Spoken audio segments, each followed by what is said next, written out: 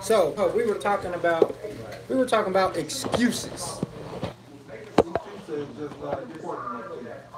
Huh? She just said it's just not important enough to you.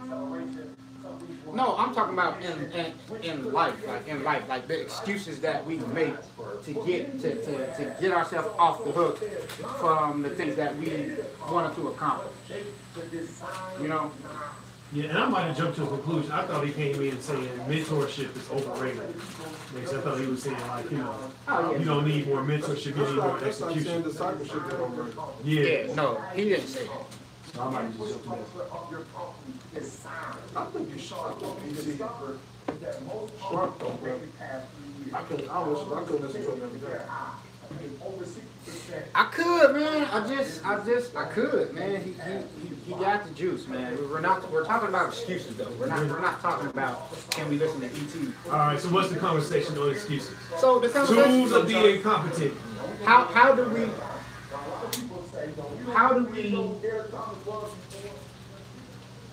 I would pose it as how do we unlearn to relearn how to eliminate excuses in our life. Because as humans, we make a lot of excuses on why we don't do or, haven't achieved or, how come you didn't make it to, and we always have and it's always valid. Did you ever notice that? The excuses that we make are always valid. We can always, go to the desk. You know how you get your validation from the hospital? You go to the front desk and, they're going to stamp it, boom, it's validated, you don't got to pay for parking. We always have that when it comes to us and excuses. Like, man, well, why didn't you do it? Yes. Dang. Well, what's the purpose of going? Man, it's uncensored, man. What's up, man? Say what you got to say. Your face, no face, no face.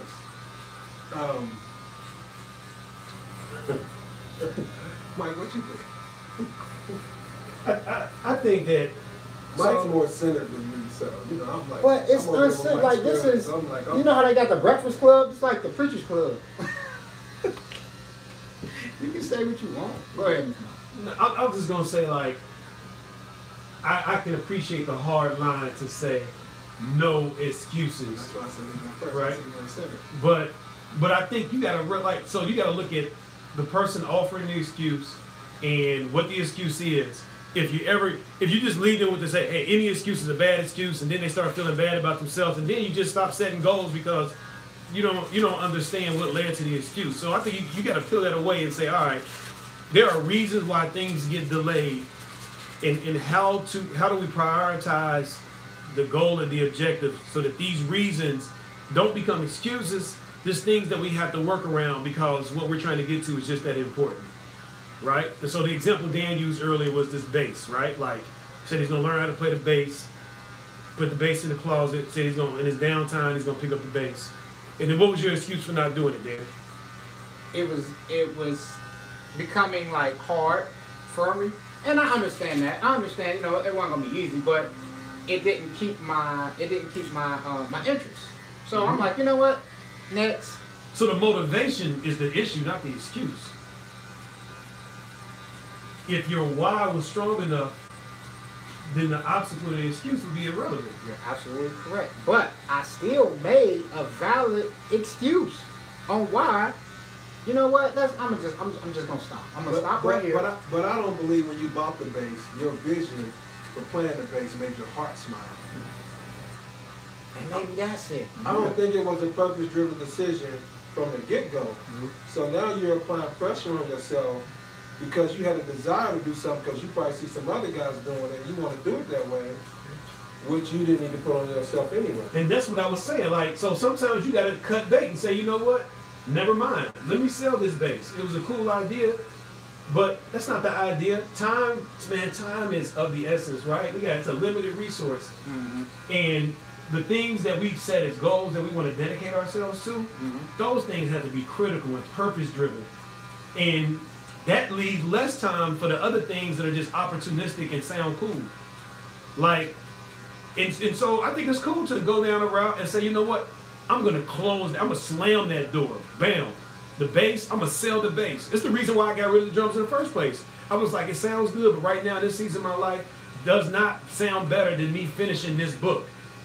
Right? Like, that's purpose driven. Wait a minute. So, well, you got rid of the drums because you wanted to finish the book. No, that's the first time I heard that. No, but the book is linked to his purpose, his legacy. No, I get it. Him learning to play the drums ain't linked to his legacy. It's linked to his heart. You don't hear how passionate he talks about these drums. I enjoy the drums. I play the drums. That's a hobby. You can have a hobby that you really like that ain't linked to your purpose. Yeah, and that could be just therapeutic. Yeah. So same thing with that bass. I wouldn't put pressure on myself around learning that bass because there are too many other things that deserve pressure around them.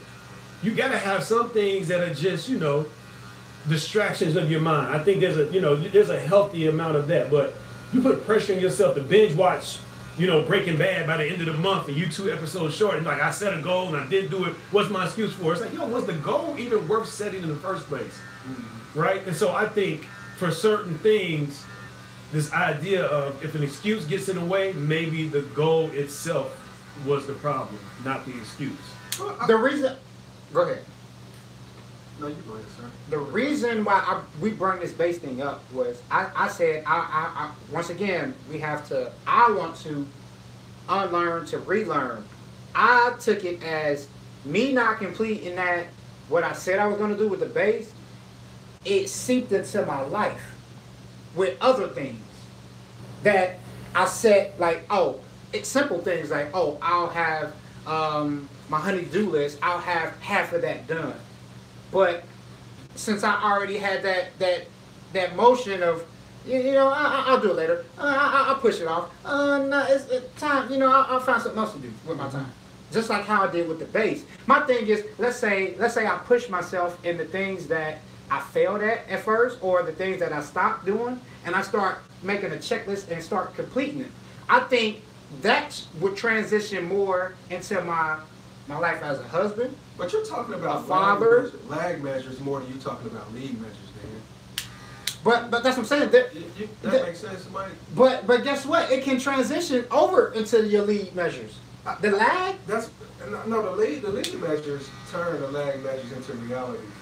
And so you're falling in love with you're talking about getting stuff done around the house and so on and so forth. I get all of that, but when you're talking about like it's only so much time in a day, again, like Mr. Calloway said, there's only so much time in a day. And we only can dedicate ourselves to so much stuff. Will Smith said it this way in one of his videos, I'm sure y'all heard it, like, quit wasting time on plan B and just master plan A. Yeah. Like, we spend so much time, and I think we distract ourselves from accomplishing purposeful objectives at the highest level possible because we distracted. I think because we make excuses, but yeah, that's a problem. I mean, you can call it what you want to call it. I still think it's distractions. It's a part of it. That's a part of it. Like you playing the bass. You want the coldest drummers around. Mm-hmm. Be the coldest drummer. Is that okay for you, Mr. Hamlin? Well, my thing is this. Let's go back. I'm unlearning to relearn. I'm trying something out. This is I'm beta testing. I know what worked for me for 35 years. Let me try something else for a period of time to see if that was what was stopping me from doing what I had to do at home. You see what I'm saying? Or what I had to do for my business. Or, you know what I'm saying? Because my thing is, we make so many excuses, we don't realize what the root of that excuse, where that came from. You see what I'm saying? I mean, but take for instance sin. Take for instance sin. Take for instance sin. We're dealing with grace. We misappropriate grace in these things because it's always everybody make mistakes. And you reapply grace in places. You go to a corporation, you get fired. Yeah. And we use grace to cover up. Which look, I believe it, right? Grace is. We all need grace, but at some time, you just got to stop doing some stuff and do what you're supposed to do. Well, hold on. Here's my example. Take, for instance, sin, right? You got 2 single men. The one single man is living with their female, right? Living with somebody that they're courting. Then you have the other male that's not living with the person that they're courting. So the person that's living with the one that they're courting, to me, they might fall first into sin, right? Because they can see, they can smell, they can taste that woman in their presence. That's true. Right? My thing is, if we don't get to the root of some of these excuses, we're going to continue to make excuses. And why didn't you make your son's game? It's going to be so fluent off your lips on why you didn't do it. And guess what? It's going to be justified. Oh, But you, I think you're still going back to this idea of when you talk about excuses, like you said, it's really essentially a lie. Not doing what you said you were going to do. True. So really, to me, the key is being very selective about what you say you're going to do. that's what I'm doing now. And we talked about that. And that's why when I get back to the base, I was like, maybe the real thing is I should not have decided that I was going to learn the base. Let me just shut that door. And move on and take all that energy, the guilt that I probably like, man, I'm not disciplined. Yeah. This and this and that, and just focusing on doing what you In business, that's a big thing now. The term is pivot, right? Yeah, The yeah. idea of recognizing sooner rather than later that the direction I'm headed into, the plan that was created, is no longer relevant in this market. So we're going to pivot. And Dr. Henry McLeod said the same thing a different way, and it's just the book. It's called Necessary Endings. Yeah. And so the thing with us is that now let's really deal with the root. You ready? Depending on how many times we've been left behind, how many times we've been abandoned, how many times we felt like somebody pivoted on us or came to a necessary ending on us, it may be even more difficult for you as an individual to make those kind of decisions. Yep. So my thing is this. Let's go back. That's why I said I'm unlearning to relearn, because what I've done in the past was say, you know what, abort mission. Let's do something else that's going to maximize my time over here, there, and over. You see what I'm saying? But now, that's why I said, let me try something else. Let me try to actually go through a checklist and finish some of these things to see if that carries over into my life. You're saying, well, that's not the bigger picture. Listen, time is of the essence. Let's say if it's a half an hour or an hour. I pick up now practicing the bass, right? Yeah. Let's say that translates into my everyday life, where I stop aborting mission and start taking accountability and say, you know what, I'm gonna do this. If I say I'm gonna do it, I'm gonna do it 100%. So there's not gonna be any more late Dan. There's not gonna be any more excuse Dan, a valid excuse Dan. You see what I'm saying? Because I'm so comfortable with making valid excuses and aborting missions. But there is no excuse for an excuse.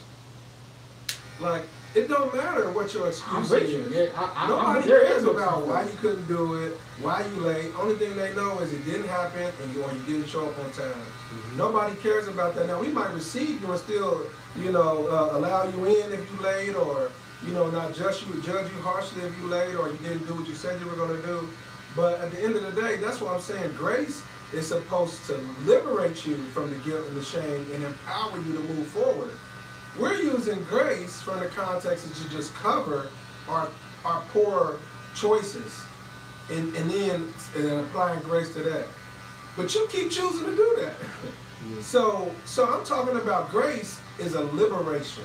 That is an internal liberating tool for us to recalibrate and to make progress moving forward. Okay. With a different mindset. That's the way I perceive grace. So I'm saying, like, if you're not gonna play the guitar, you're gonna move forward. Hey Dan, this ain't working out. Let's move on. Let me pivot, like Mr. Calloway said.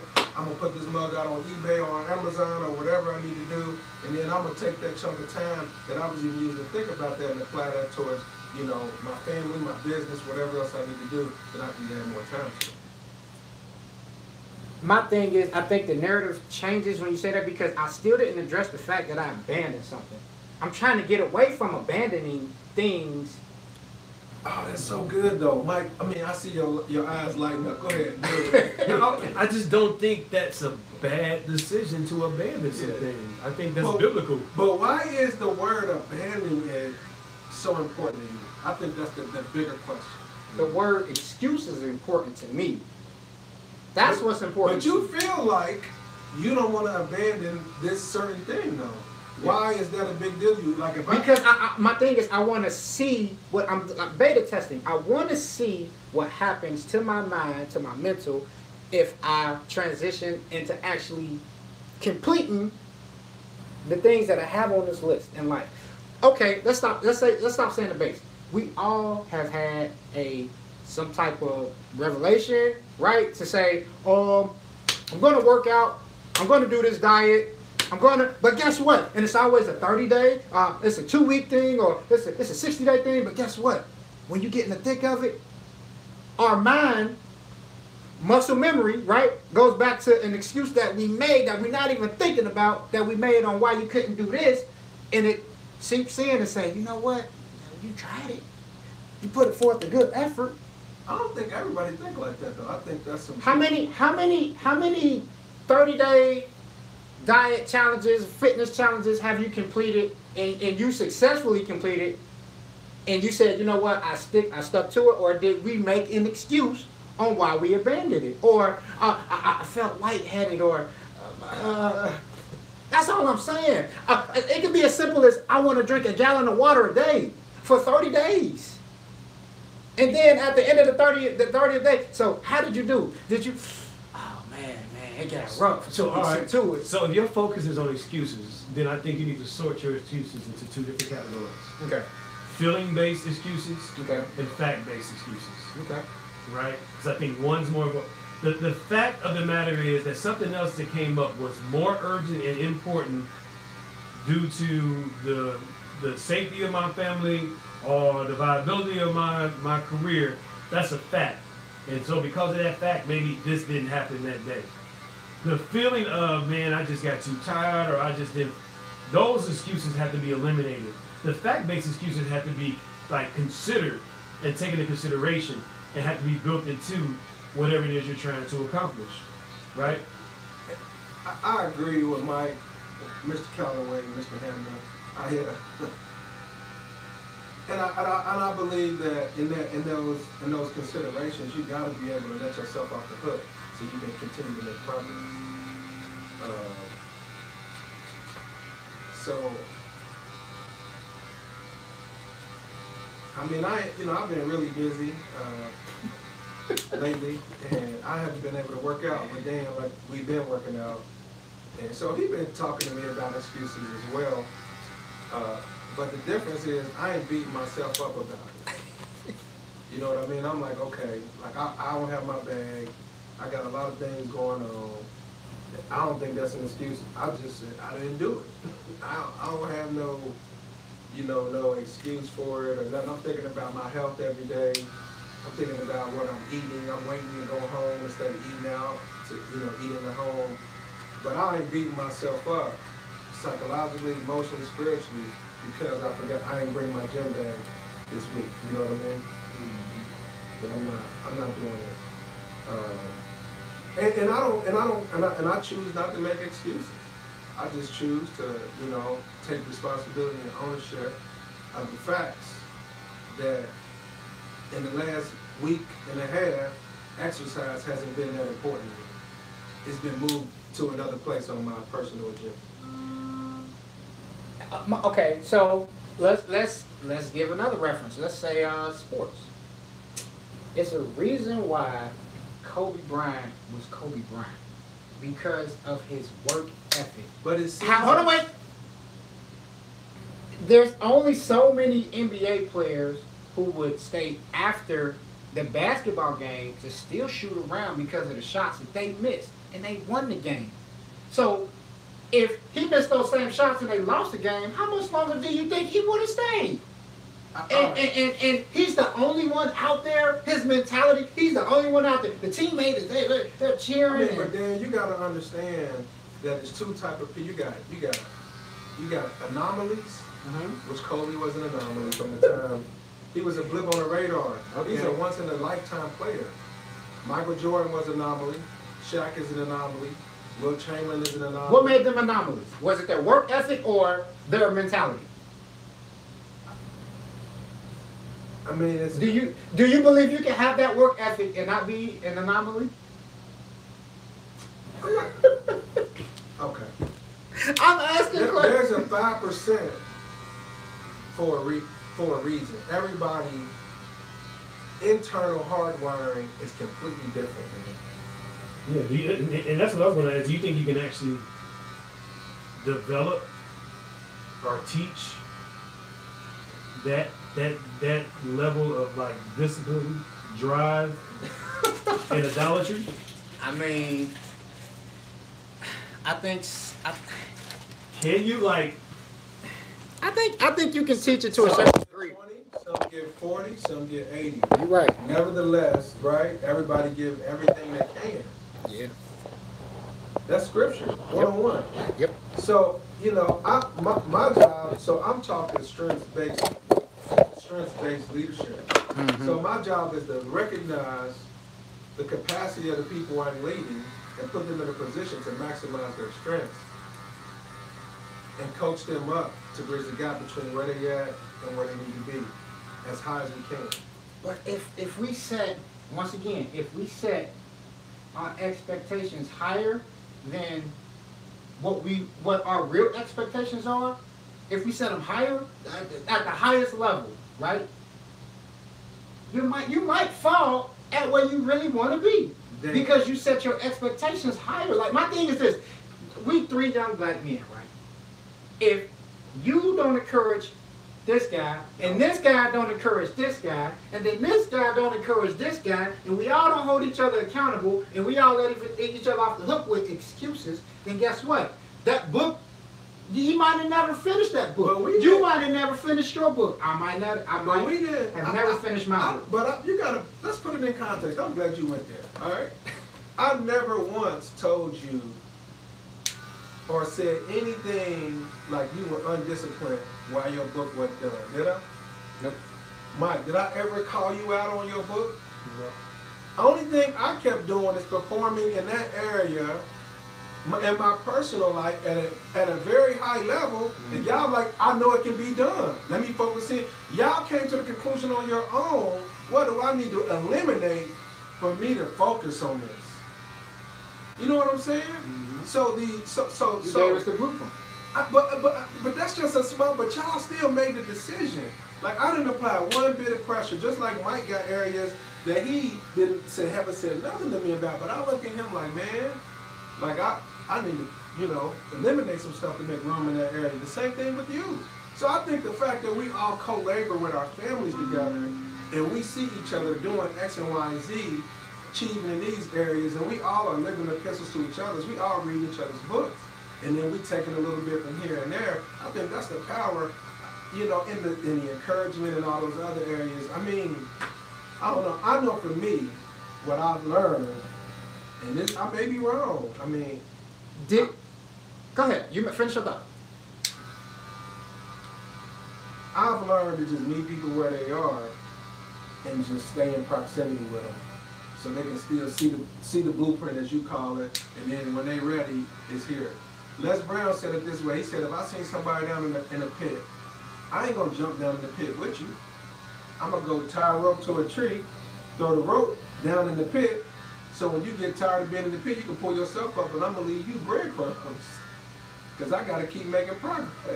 Did you get to become the superstar basketball player you are and were by having a passive coach every time you may have missed a block or an assignment, let's say, on the court, and he just passively, good job. Or did you have an aggressive coach that got up in you, hey, Ward, that's 10 laps because you missed, an assignment. You blocked, you got the steal, but you missed the goal. The goal was to do it like this.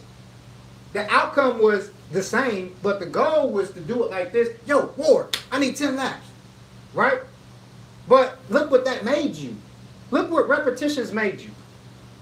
You became a pro, right? But Dan, you gotta understand, like, No, can you address that? I Just- am, Okay. but that didn't work for me. What? An active coach or a My passive coach? coaches, it got to the point where they just didn't talk to me. They already knew I was hardwired a certain way, and they knew yelling at me made me just shut down. So that didn't work for me. Okay. Like, I was the guy that you just leave in the gym when everybody else gone. I was still in the gym, but I would be staying by myself. I would get early, staying late. That was therapy for me, man. You was the Kobe Bryant. I was like that to some level. I wasn't Kobe, but I was but it's still levels. Like, I still was shooting 1,000 a day. I was still up in the gym at 6:30 in the morning before school and college. And in the summertime, shooting 1,000 a day, working out 6 to 8 hours a day. But Kobe was working out 10. That's the difference. So I think it's different levels. That's all I'm saying. And I'm saying it's our job to recognize and not badger the person who level might be at 10. I want to just see them get to level 11, 12, 13, 14, 15. And let them just wonder, like, man, how he so disciplined, man? And then eventually they build the courage up to come and say, hey, man, how do I participate in that kind of lifestyle? That's it. For me, That's a more relational approach, I believe. Mr. Calloway, what you think? yeah.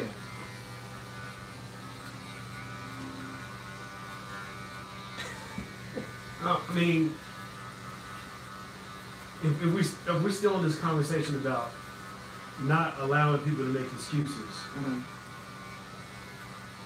I still think it comes down to what's the motivating factor. I'm looking at that with my son now, right? Like, I know why I want him to work out,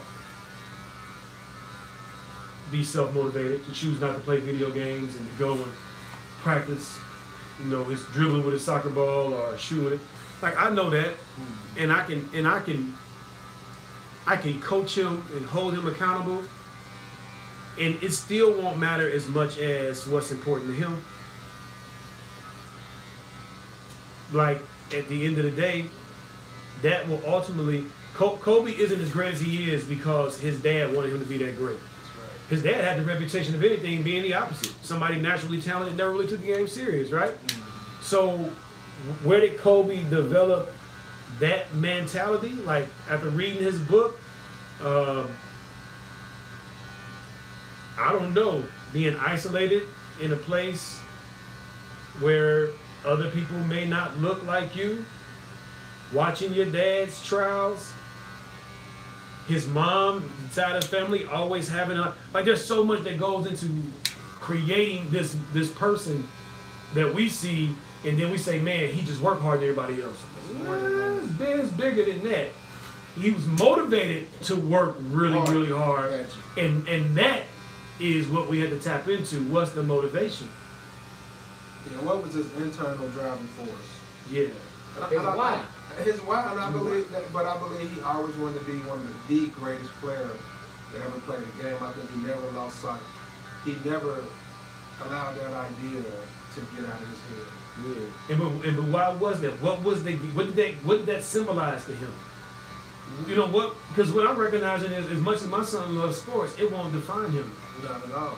Like, he just won't ever be that kid, and that's probably to our credit or my credit, but maybe to his athletic detriment, and I'm okay with that. He may never need basketball for therapy, right? His mom's a therapist. Yeah. He's being raised in such a healthy manner and identification of who he is and love and acceptance and all that he doesn't need that for therapy the way I may have needed. Like, dude, I woke up and went to St. X because I was afraid. I was afraid that if I didn't go to St. X, I might not go to college, and I would end up like that dope fiend I had to jump over to get to school that day. Like, that was my why. And so when other people say, like, man, you need to study like Mike, you need to be willing to be uncomfortable like Mike, you might not have had that experience and that encounter that scared you to the degree I was scared. So I can't tell you that even with writing this book, my motivation now, like, for a while, was like, I should write a book. Why? Because, people write books, and I like to write. But my motivation now is I'm actually speaking to a specific person that I don't know if anybody else is really speaking to and can speak to in the way I can. Like, so there's an urgency now behind it, because I'm like, yo, this book actually might open some eyes and some conversation for a young person who otherwise may end up choosing a different path. Like, there's a different motivation than I had before. Before it was just because I like to talk and I can write. So I'm gonna write the stuff. I'm it's talk and different. right. Yeah. So the motivation is different. So the motivation means the discipline is different and the urgency is different. I got you. So the outcome becomes different. Well, Your motivation for that base is probably different than your motivation to be the greatest barber around and to build your barber brand.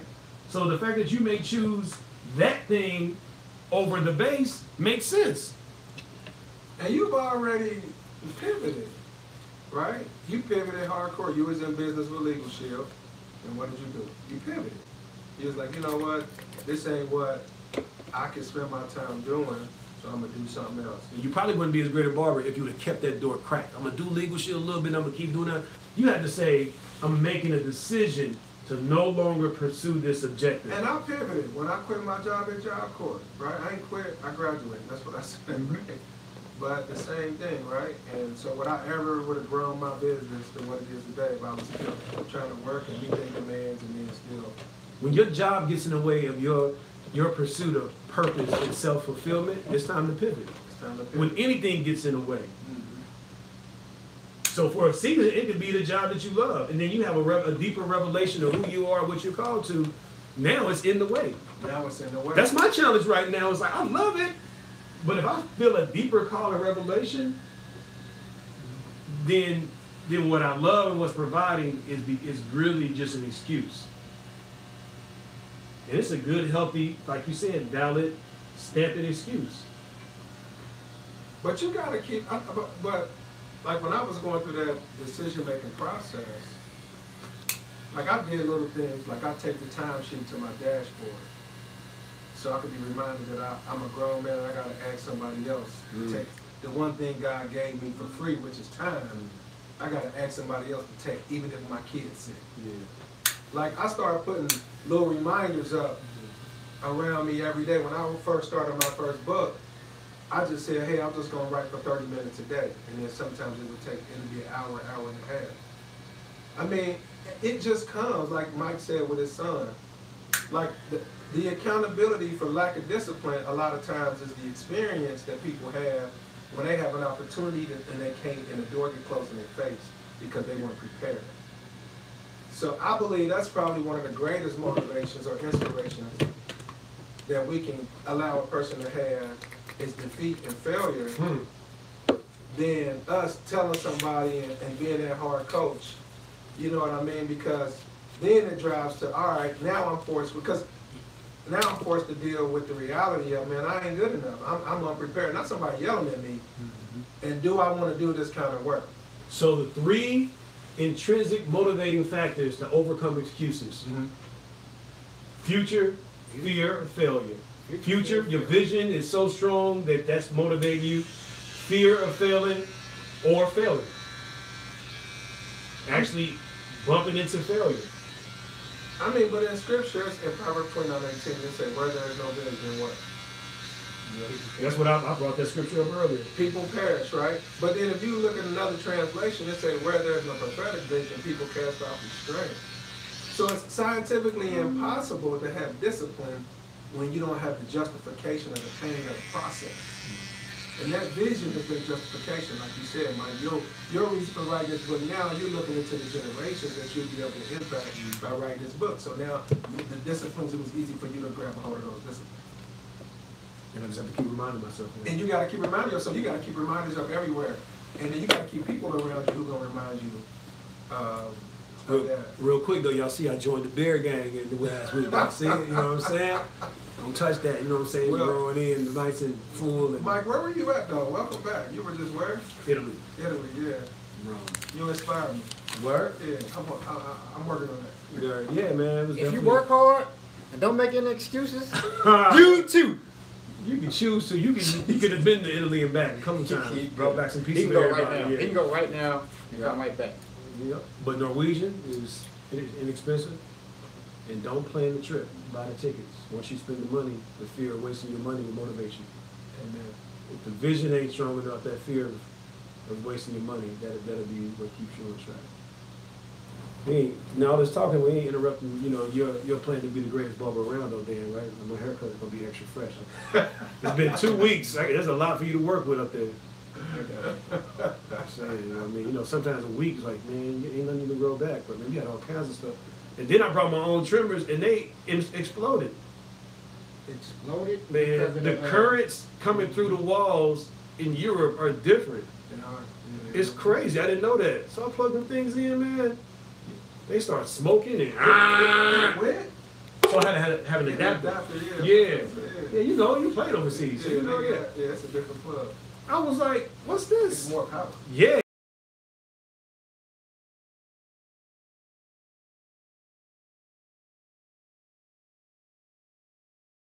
If you've never left the country. Like, you just don't even think about that kind of stuff. So I had to charge what we need to charge, but power tools, I guess, just interpret the power surge differently. The phones and computers were fine. I do want to say this before we bounce though, man. And, like, I really believe I'm learning this, and I'm a hardcore kind of dude because I am an athlete, and I had some coaches who was like, just do it, work harder, and all of that. And I learned a lot of this from Mr. Calloway, honestly.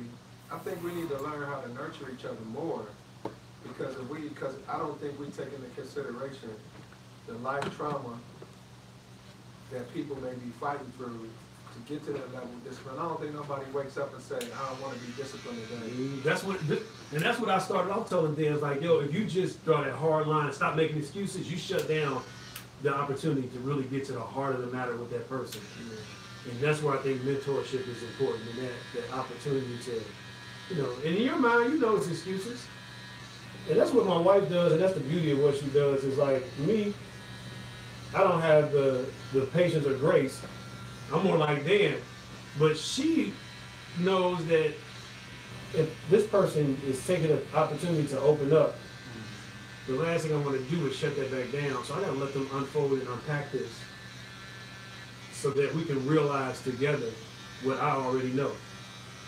And for guys like us, man, like us, I think sometimes the best awakening for us is the reality that if we operate just by pushing people externally, we won't find nobody else to push.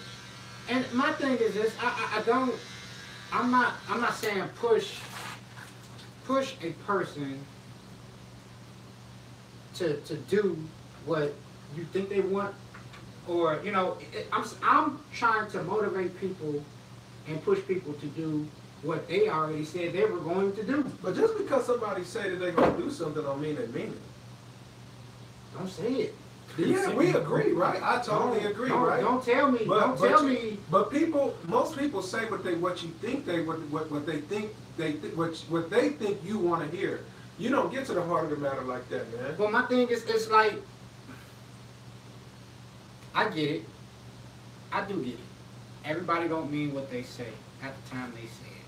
But I feel like if you tell me, I might bring it up. Like, hey, how's your diet when you said you but I think it's our culture. It's cultural. So in America. My thing is, at what point can somebody break like we that? had an alternative facts culture. But can we break that? Can we break that? My thing is, can we break I'm not that? saying Can we break that cycle I'm and not say, saying we talk to I each have other somebody like that. in my life now. That's why I said what I said to y'all. Yeah. Right? And now I expect that. But the average person says what sounds, oh yeah, I'm working on this, or I'm doing that. It's just small talk, but not big talk. Yeah. But it's an accountability. It's like, listen, we went through life not necessarily having accountability for some things that we made excuses and we end up giving up on. So my thing is, if you would have had more accountability partners, you would have been where you were. Okay. You would have been there. That's not true though. Okay. You can have 20 accountability partners until something snaps in you, it ain't not moving. Okay. Well, I mean, my thing is this. This is just how I'm wired. I won't know. I don't know unless I try. But here go the problem. How do I know that's not gonna work for me? So here go the I guess the bridge between what you're saying and reality, right? Mm-hmm. What I'm saying. Yeah. And you can charge me more today and do my face too. Yeah. You got Shave that time. out. Shave off the beard. Yeah. So the reality piece to that, man, is we have to Treat myself to a how full can I say face. that?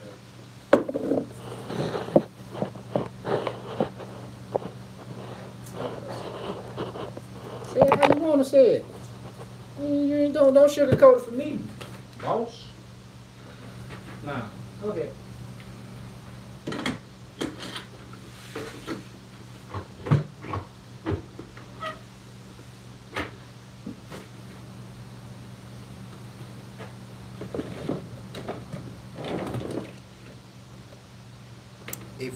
If you ever decide on saying it, I don't think you're gonna say it. Yeah, I mean, No, that ain't what you was about to say. Say what you was gonna say. I mean, you act like you can't talk now. See, normally it's not hard to get this brother to talk. Now this brother thinking about what he's saying. He normally fly. He normally say whatever. It's crazy.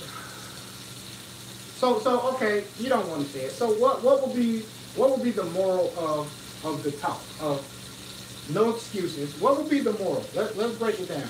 Let's come to the conclusion of we might agree to disagree on some things, but let's get a general to help other people, right? To help who's listening. Let's break it down. I think the bridge between where what you're talking about and what could be reality for somebody else is reality, because reality is different for everybody. But I think the bridge between that is we undermine the process, right?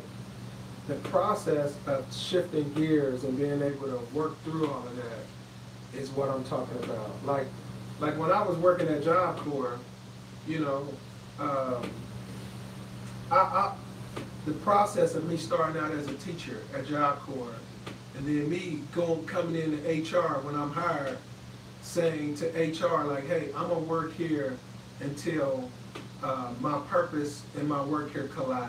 Like from the jump, like I came in the door like that. Like who does that, right? Mm-hmm. Yeah, and then it transitioned to, as I started to make a little money consulting, it was like, well, you know, when I'm losing money to come here, that's gonna be a real issue. You know what I mean? Exactly. And so eventually it got to that point, and then I was able to make the pivot.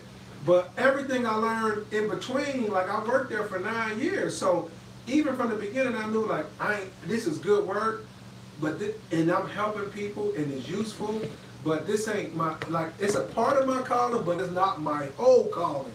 And so I had to learn to make the difference. Now, you know, everything I learned by working for an institution that managed a government facility and dealing with regulations on the federal level and finances and running the whole department there and being in management meetings that don't make a difference for people and quitting management because I'm purpose driven, going back to the classroom. And then when I went back to the classroom, I seen these kids that had big dreams, and so if they had a dream, then the discipline could show up. But right now the discipline can't show up, and so I created the curriculum that they still use at Job Corps, dealing with the vision boards and reading certain kind of books and all this kind of stuff to provoke vision in our kids so that the disciplines can show up. I wouldn't have learned all that if I wouldn't have stayed at Job Corps for 9 years.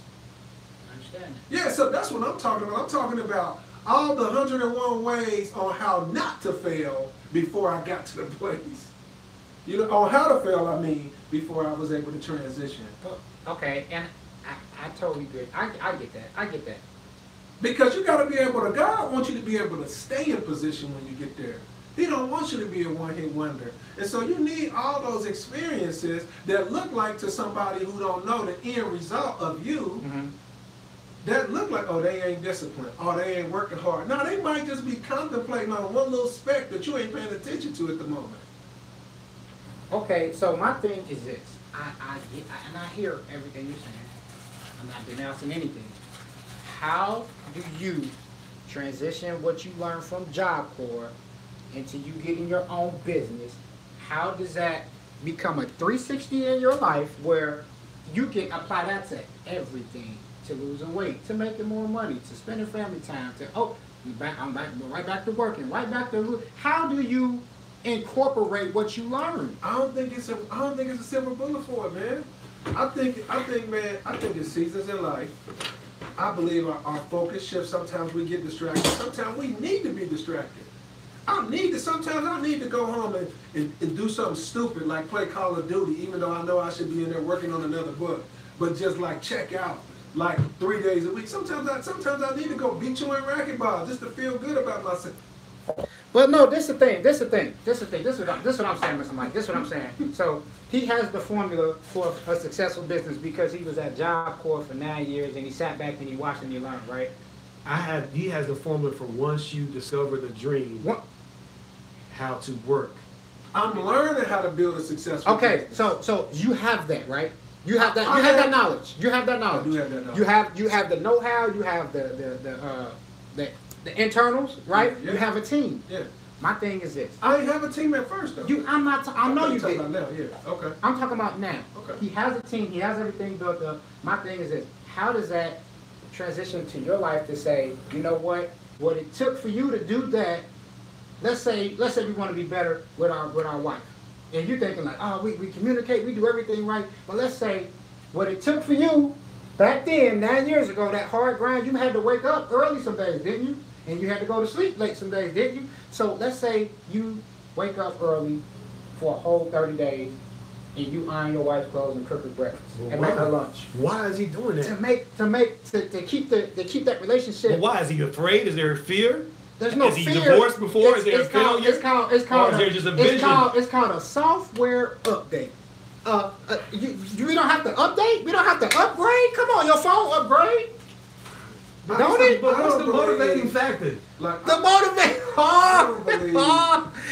Yo, the wife is always. I don't believe. First of all, so, because of what I've learned, I don't believe perfect exists. So I've taken a action research approach to how I live life, and so there are some things that I really over prepare for, and then there's some stuff that I just do, and I try my best at everything I do, but I know that the majority of the stuff I do I'm not good at, so I don't pay that much attention to the stuff I ain't good at. I subcontract it. I have other people do that, and I stay in my lane. My life is simple. I say this to people all the time. Pertaining to your wife, your subcontract that to somebody? At times I do, yeah. Man. Sometimes I might have somebody come clean their house. Sometimes I might do something, have somebody else do something. Yeah, it might happen. There's times where I done had somebody, hey, go grab me some flowers real quick. I don't got time. I'm just saying, but don't say you don't got time. Say I didn't make it. I mean, but there may be pressing stuff that that may be going on. I don't subcontract stuff to my wife per se, but I'm just saying, Dan, like, what's the purpose behind like Mike? The whole purpose it's to upgrade you as a person. So I want to be better. I want to be a better person, and I have to do it every day. I'm in a business where I have to be. You've been listening to too much ET. Yeah. Talk about how they did the laundry for my. When I do the laundry for my wife, I want to smell like. You get content. We get content. And then next thing you know, somebody else does the laundry for them, and it's like, well, why do they value that? It's not that they value it. They did something that their husband didn't do. Listen, look, it's a reason why every season and every year we buy clothes and shoes. It's an upgrade. Why can't we self-assess to say, you know what, this year, you wrote your book, that's an upgrade.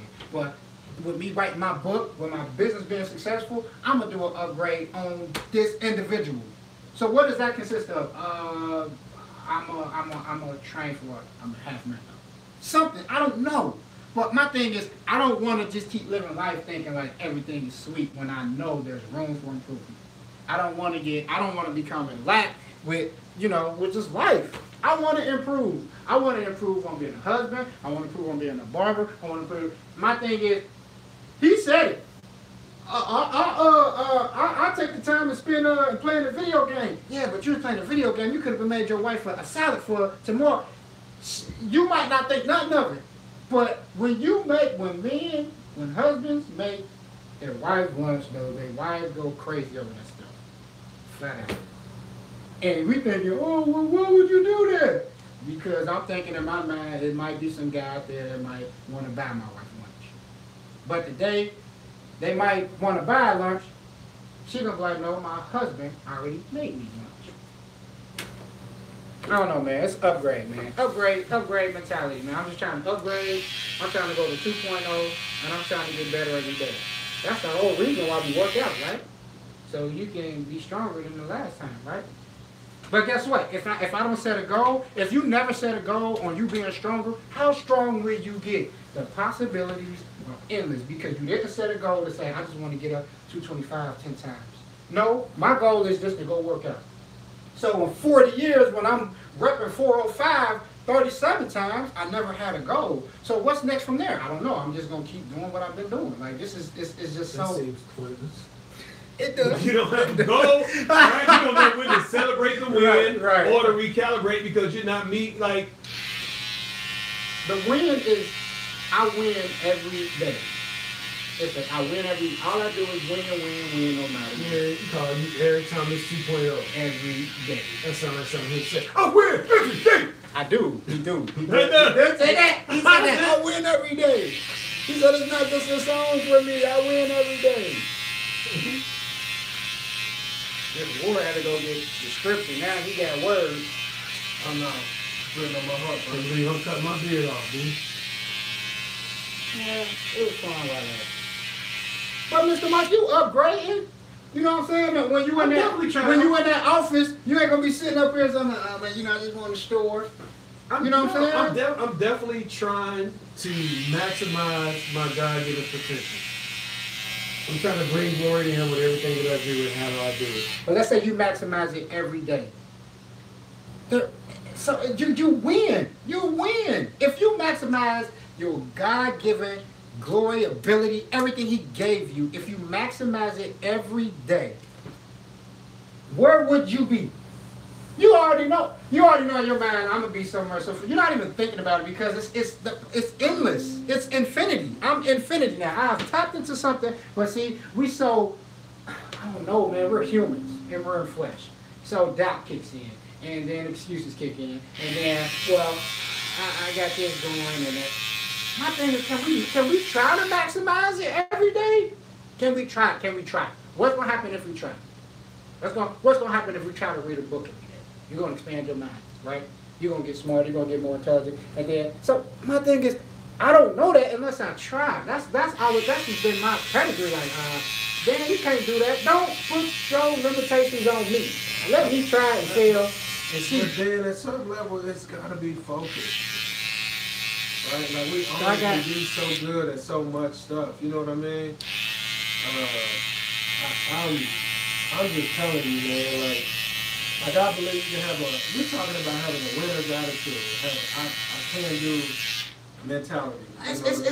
It's more of a until the day that I die attitude. Like, you know what? I'll just continue. I think like, me and Mr. Calloway. I'm not trying to be an expert at the bass. I just want to be able to learn how to play. Let's go back. Can I play the bass? Yes. Can I play some songs? Yes. Can I play by ear? Yes. Do I sound like Ricky Wooten when I play? No. I think we agree with totally you. different. I think we agree with you. I just don't believe. I just believe we just go about it a different way. So do you try to improve every day? Yeah, definitely I do. That's such a general, like, improve everything. How do you Do measure you try to get better than the day before? But how do you measure that? You measure that by what you did the day before. Let's say it's steps. Let's start with counting the steps. Is this live? Yes, it's still on YouTube. You know what I'm saying? So On YouTube. yeah. So let's say you did 25,000 steps yesterday. So Yeah, today you would want yeah, to do tomorrow? 25,001. No, I ain't send it out yet. I'm gonna send it out later. Oh, so nobody can't join right now. So it ain't really live. You really just recording. Yeah, well, it's live, but you would have to be on YouTube to see my page to see that. What's the name of your page? It's under Dan and Barber Style YouTube. Why don't you go Facebook live? I don't have Facebook on here. I gotta download the app. When I got a new phone, it's gonna be on Facebook. I'm gonna put it on there, and then and then it's kind of hard to take comments. We almost have to have a videographer, so taking comments and questions.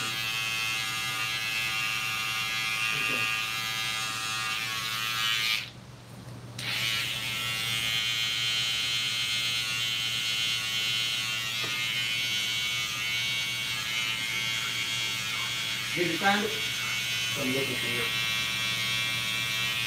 And what you telling me is that every time you cut my hair, the next time you cut it, you try to cut Gotta be it better. Yes. Really? Yes. That's my mentality. I have to get better than the day before. And it's like, how do you do that? It's the little things. It's the little things. It's the little spots that I see. I look in this mirror. I look in that mirror. Oh, I could do this better. Oh, I could do that better. How long does it last? Did he do this? Did he say this?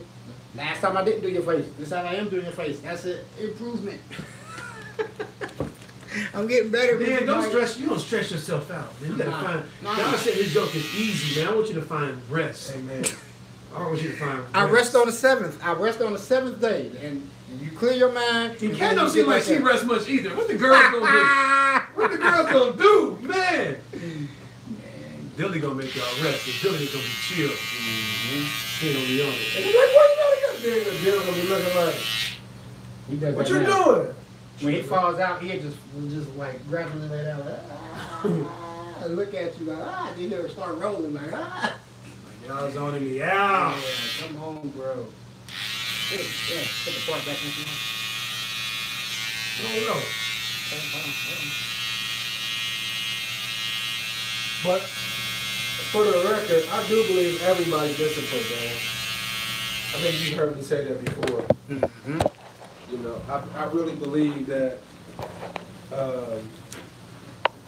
I believe that we are working hard at something. Are we? I don't think we. Whether it's productive or non-productive. Oh, yeah, but then, yeah, now that you say it like that, you're absolutely right. We are all working hard at something. To be to be the most worst person we can be in life. If you gain 150 pounds, You work hard. you work hard to do that. You deserve You it. You know what I mean? earn every. That's right. You lift them plates, not weights. You know.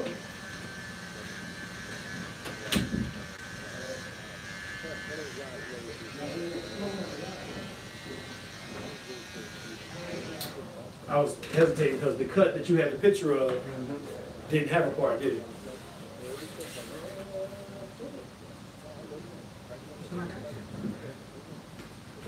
The finish is better than the last time? Not with that part being, not with that, with the residue of that part being. Like, I don't know if we gonna. Yeah, we didn't do a razor this time, huh? We did do the residue.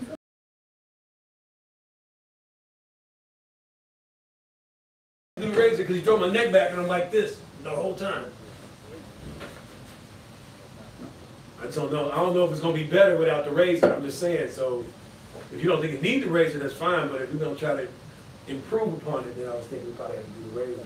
I'm doing liquid acid. I gotta get back. Liquid. Do a permanent. Oh, and then the part though, you want to put the part back? It's up to you. No, it's not. I got you. I got you. Nope, it's not Say no up to more. me. Say no more.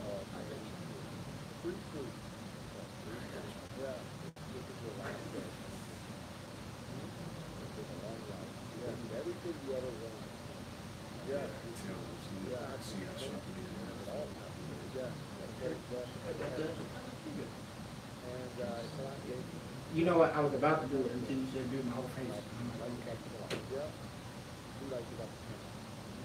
No excuse. I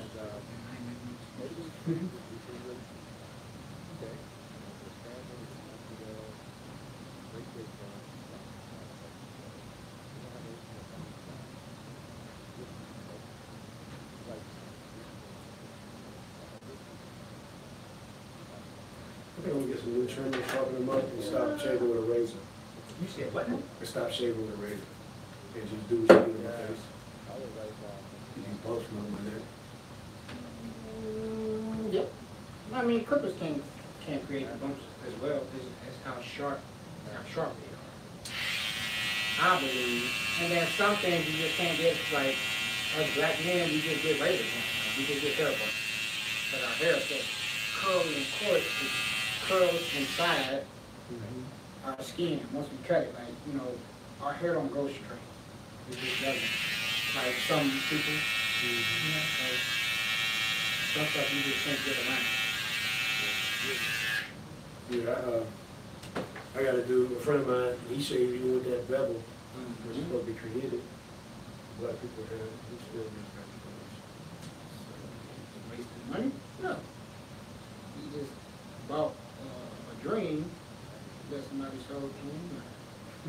seen on TV, but those are some good clothes. The Bevels?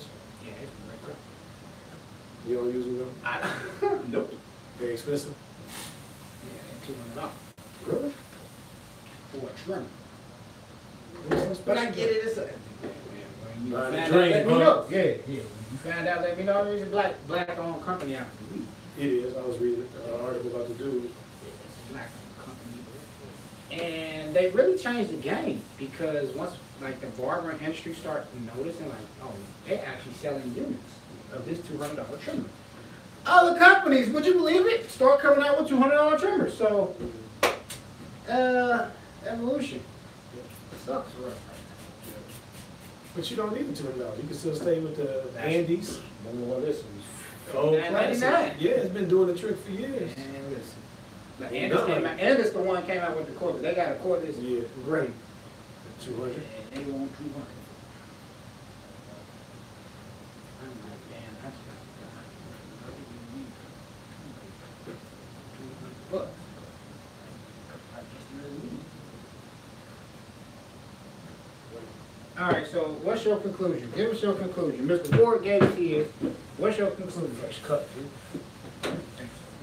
What's your conclusion? When the why, Mm-hmm. which is the purpose and the vision, is strong enough, there just won't be excuses. So when you run into some person with a bunch of excuses, what they really tell you is, I don't really know why I'm even agreeing to do what I said I was going to do in the first place. Whether that be drug addiction, weight loss, it don't matter. And I always try to help people when they do say that about why they're doing what they're doing. I say, if you have kids, why don't you put that on your kids and see how much more successful you can be? You should have to change your why. We do it for self. You do it for self. I want to be successful. Why? Because you want to be successful. Or you want to be successful for your kids. Or if you put it on, I've learned that once we put stuff on our kids, I want to lose weight for my kids so I can keep up with my kids. It turns into a lifestyle. It does, because we've gotten okay with whoever we are, shortcomings and all. But if I'm gonna die and miss my grandkids, now I'm motivated, right? Right. Yep. Now my wife knows my shenanigans, and I'm gonna lose the person I love and embarrass and shame my family. Now I'm motivated. That's my why. That's why that chick ain't that fine. Gotcha. You know what I mean? But if it's just about me, yeah, I feel bad about what I did, and yeah, but you know what I mean? Like, And you can repeat it. Once you got a strong why, it's like, you know what?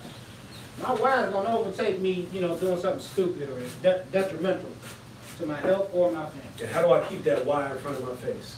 Accountability, self-accountability. But that's the key. Having a strong one, like you said, having a strong why, it knocks out a lot of doubt and fear.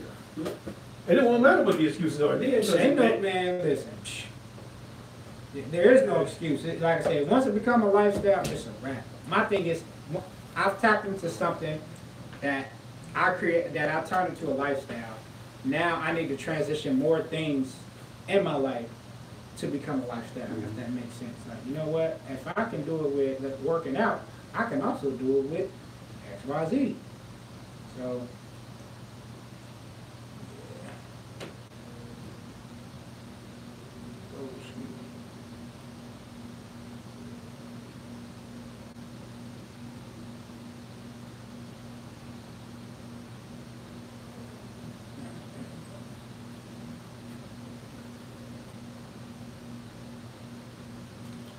I think if I had to choose between wearing the same clothes every day, but getting a fresh haircut every week, or having the freshest gear every day with no haircut, you would have I'm to taking go. a haircut, man. I ain't taking a haircut. I'm Give me taking the it. freshest gear every day. No, man. Cause yo, real talk, in a white t-shirt, some jeans, with a fresh haircut, you look like $1 million. You feel like $1 million bucks. You can't tell a black man nothing with a fresh haircut, man. I don't care what he got on. You right. But your hair a hot mess, you gotta have on a tuxedo. And your hair, well, obviously you don't prescribe to that thing. I don't. You That's why you don't hear prescribe that. to that philosophy at all. But Did you hear what I said? Like, yeah, Yeah, you don't prescribe it. That's because you're a hairdo, I guess. You know, in any given minute, you can get yourself fresh, but. Yeah. Fresh every day. Clothes. Hey man, this hair, Eddie be looking wild as you want. Haircut, B. It's the haircut. I be Right, the haircut. I was over in Italy, like, hide my hair, boy. I seen you with the hats. I had the bandana on. Yeah. I was thugging. Because, you know, you can spin the middle and hide the hairline with the bandana and get away with it. I was like, yeah, man, over here.